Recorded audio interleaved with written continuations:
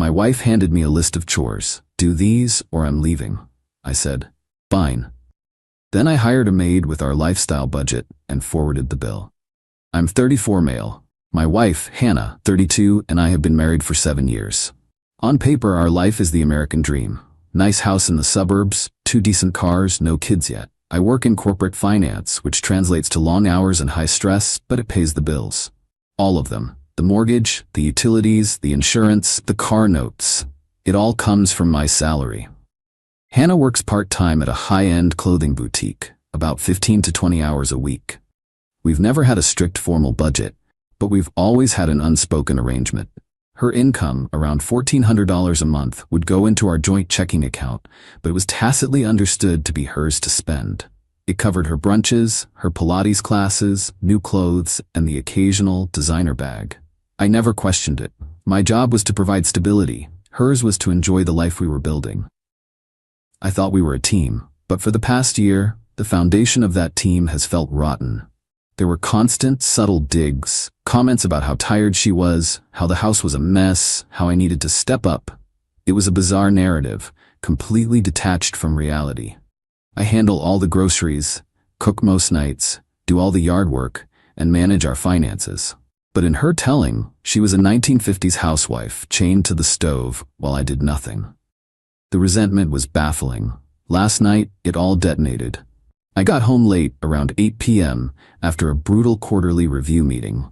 I was mentally fried. Hannah was waiting for me in the kitchen, her arms crossed. There was a weird energy in the room, tense and cold. She didn't say hello. She just slid a sheet of paper across the kitchen island. It was laminated, like she'd gone to a copy shop to make it permanent. Arthur's mandatory weekly duties. The list was exhaustive, broken down by day. Monday, all laundry, clean both bathrooms. Tuesday, dust all surfaces, vacuum everything. Wednesday, mop floors, handle all trash and recycling. It went on like that, culminating in me being responsible for all cooking and cleaning on the weekends. It was, without exaggeration, a second full-time job.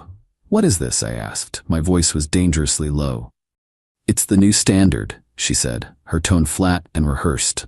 I'm done being the only one who contributes to this household. You either do that list, every single week, no exceptions, or I'm leaving. I mean it, Arthur. I'll be at my mother's by morning. I looked at her, searching for the woman I married. I couldn't find her. All I saw was a stranger issuing a threat. There was no room for discussion in her eyes. It was an ultimatum, pure and simple. She expected me to crumble, to apologize, to promise to do anything to keep her. And in that moment, years of me biting my tongue, of me absorbing her little digs, of me working later to afford the lifestyle she was taking for granted. It all just snapped. Not in a fiery rage, but in a cold, quiet click. The emotional part of my brain just shut down and the finance guy took over. I stared at the list, then at her. Fine, I said. A flicker of smug victory crossed her face. She thought she'd won. Good. She snapped. You can start with the bathrooms. They're disgusting. She turned and walked into the living room, picking up her phone to start scrolling. I stood there for a minute, the laminated list feeling heavy in my hand. Then I pulled out my phone. I didn't go to our banking app. I knew the numbers. Her spending, our joint lifestyle creep, it was all swirling in my head. I opened Google. Full-service weekly home cleaning rates. I found a reputable local company, Premier Home Detailing. Their website was professional. I called and read the laminated list item by item to the woman on the phone. Yes, sir, she said, her voice patient. For that level of service, deep cleaning, laundry, linens, the works, our executive package would cover it. For a house your size, that runs $400 a week. We bill monthly, so it would be $1,600. More than her part-time income. But the number didn't faze me. It was just another expense line on a balance sheet. Great, I said. Can you start tomorrow? I booked it, paid the first month's invoice of $1,600 right then and there on our joint credit card, the one I paid off every month. Then I opened my messages. No grand email. That's not how real anger works. It's short, sharp, and brutal. I took a screenshot of the paid invoice from Premier Home Detailing. I sent it to Hannah. My only text was, problem solved. As you can imagine, our dining out entertainment budget is now zero for the foreseeable future to cover this new mandatory household expense. Teamwork. I walked into the living room. Her phone buzzed. I watched her read my text. I watched her click on the image of the invoice. I saw her brain work, the smugness dissolving into confusion, then into pure, undiluted fury. "What the hell is this?" she shrieked, jumping up from the couch. $1,600? Are you insane? "You gave me a list of mandatory duties," I said, my voice as cold as ice. "I've outsourced them. You wanted a solution. You got one. With our money? You can't just decide to spend $1,600. You just tried to leverage our entire marriage over a list of chores," I shot back. "I think that gives me the right to adjust the budget accordingly. You can't have a pristine house you don't have to lift a finger for and go out for cocktails and dinner 4 nights a week. You have to pick one. You already made your choice clear." She stared at me, speechless, her face crimson. She grabbed her car keys and purse. "I'm going to my mother's," she screamed. "I know," I said quietly as the door slammed behind her. "That was always part of the plan, wasn't it?" Update 1. It's been 2 weeks of the strangest silence I've ever experienced. I expected screaming phone calls, a barrage of texts. Instead, I got nothing. A strategic silence designed to make me anxious, to make me miss her. It didn't work. The clean house and the lack of constant low-grade criticism has been like a spa vacation for my nervous system. The first move came not from Hannah, but from her mother, Doris. She ambushed me with a phone call last week, starting with a syrupy, "Arthur, honey, how are you holding up?" before launching into a tirade about how Hannah is withering away from heartbreak and how I'm a cruel, controlling man for cutting her off. "I didn't cut her off, Doris," I said, pinching the bridge of my nose. "I reallocated a portion of our shared discretionary budget to cover a service she insisted was essential. She's welcome to come home anytime. But to take away her ability to feel like a person, to buy a new dress or see her friends, it's financial abuse." There was that phrase again. It was clearly their rehearsed talking point. "It's financial reality, Doris. We can't add a $1,600 monthly expense and change nothing else. That's not how math works." She hung up on me. The real drama happened 3 days ago. The cleaning service was scheduled to arrive at 10 a.m. At 9:55 a.m., my doorbell camera alert went off. It was Hannah letting herself in with her key. 5 minutes later, the Premier home detailing van pulled up. My phone rang. It was the lead cleaner, a woman named Jacqueline. "Mr. Vance?" "Hi, it's Jacqueline from Premier. We're here for your service, but there's a woman here. She says she's your wife, who is refusing to let us in. She's standing in the doorway and saying the service is canceled." My blood ran cold. I could hear Hannah's raised voice in the background. "Jacqueline, please put me on speakerphone," I said. I heard some shuffling. "Okay, you're on speaker. Hannah, it's Arthur. You need to let them in to do their job." "Absolutely not," she yelled, her voice hysterical. "I live here. You can't have strangers in my house. I'm calling the police." "Then call them," I said, my voice dropping. "And when they get here, I will show them the signed contract with my name on it and the paid invoice from my credit card, and then I will ask them to remove you from the property for interfering with a contracted service at my private residence. How do you think that will look?" There was a long, choked silence. The only sound was Jacqueline's nervous breathing. "Let them in, Hannah. Don't make this uglier than it already is." I stayed on the line until Jacqueline quietly said, "She's letting us in, Mr. Vance. We're good." The incident spurred me into action. The happy piece was gone, replaced by a grim reality. This wasn't just a fight. I spent that afternoon calling lawyers. I found one who specialized in high-conflict divorce. His name was Christian.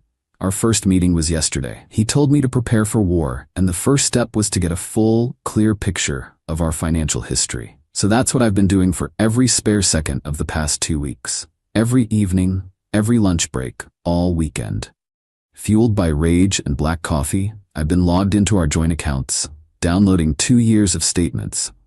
Credit cards, checking, savings. I'm a finance guy. This is my language. And I'm building my case one transaction at a time. It's a mountain of data, but a story is starting to emerge, and it's not a pretty one. Update 2. The spreadsheet is done. It took me the better part of another 2 weeks, but it's a work of art. A testament to caffeine and spite. Hannah finally reached out, a week ago. Not with anger, but with a calculated sweetness that set off every alarm bell in my head. A text. Hey, this has all gone too far. I miss my husband. Can we please just talk? We agreed she'd come by the house last night. I knew this wasn't a reconciliation, it was a negotiation. She was just switching tactics. She arrived looking like the victim she was trying so hard to be. Soft sweater, minimal makeup, hair down. She tried to hug me at the door. I turned sideways, so it was just an awkward shoulder bump. We sat in the living room, me in the armchair, her on the couch, a deliberate distance. Arthur, she began, her voice trembling slightly. I was wrong. The list was crazy. I've been so unhappy, and I blamed you. I'm willing to do whatever it takes to fix this. Let's fire the cleaners. We'll go to counseling. We can make a new budget, whenever you want. The offer was tempting. It was the easy path. But I knew it was a lie. I agree, we should look at the budget, I said, reaching for my laptop on the end table. I've actually prepared a summary. I turned the screen to her. It wasn't just a budget. It was a 2-year financial autopsy of our marriage. It showed my salary, our core expenses, and then the big one, a category I'd labeled non-essential lifestyle spending. Her column was a sea of red, item after item, month after month. $220 at the Oak Room brunch, $410 at Style and Grace Boutique, $300 for a concert I wasn't invited to. I'd even tallied the totals. Our combined lifestyle spending averaged around $2,500 a month. Her part-time income of $1,400 didn't even cover it. My salary was subsidizing her social life to the tune of over $1,000 a month, on top of every single actual bill. Her face went white as she scrolled through the list. You're throwing brunches in my face? This is insane, Arthur. This is what a marriage is. No, this is what our marriage was, I said, my voice hard. And I needed to know why. Why the sudden ultimatum? Why the laminated list? It never made sense. I clicked to the next tab. It was a copy of our joint credit card statement from 2 months ago. I found the why, Hannah. I was going through the statements and this charge stuck out to me. I pointed to a line item. Charge date, 4/12/2025. Merchant, Bali Bliss Travel Co. Amount, $1,000. What is Bali Bliss Travel, Hannah? I asked, my voice dangerously quiet. She froze. I saw the calculation in her eyes, the desperate search for a plausible lie. She found none. I knew the name sounded familiar, I continued, my voice devoid of emotion. So I did a little digging. It's a luxury travel agency. They specialize in high-end girls' trips. I called them. I said I was your husband and needed a copy of the itinerary for my records. They emailed it right over. A lie, of course. My lawyer had a paralegal make the call, using a few clever tricks to get the information. But the effect was the same. I clicked to the final tab. It was the full itinerary. Bali Bliss Girls Getaway. A 10-day trip. With her 3 best friends, one of whom I knew was Catherine. Total cost, $4,800 per person. The $1,000 charge was the deposit. The final, non-refundable balance of $3,800 was due last week. You didn't have the money, I said, connecting the dots out loud for her. You put down the deposit with my bonus money, thinking you could manipulate me into funding the rest. The laminated list, the ultimatum, it was all a fabrication. A manufactured crisis so you could storm out, play the victim, and then graciously accept my apology in the form of a luxury vacation. You were going to defraud me for a trip to Bali. The mask didn't just slip, I ripped it off. The fake remorse vanished, replaced by the cornered snarling rage of a predator that's been caught. You are a pathetic snooping bastard, she spat. And you're a thief who uses our marriage as a line of credit, I retorted. I turned the laptop back to me and scrolled to the bottom of the spreadsheet. A final section, titled Post-Separation Financial Reality. It estimated her full-time income. It listed average rent for a 1-bedroom apartment, utilities, car insurance, gas, groceries. At the bottom in bright red was her projected disposable income after taxes and necessities, about $350 a month. This is your life now, Hannah, I said, closing the laptop. This is what pulling your own weight actually looks like. The cleaners are staying, and I've already paid the retainer for my lawyer. He'll be serving you with divorce papers at your mother's house tomorrow. She didn't plead this time. She didn't bargain. She just stared at me with a look of pure, unadulterated hatred.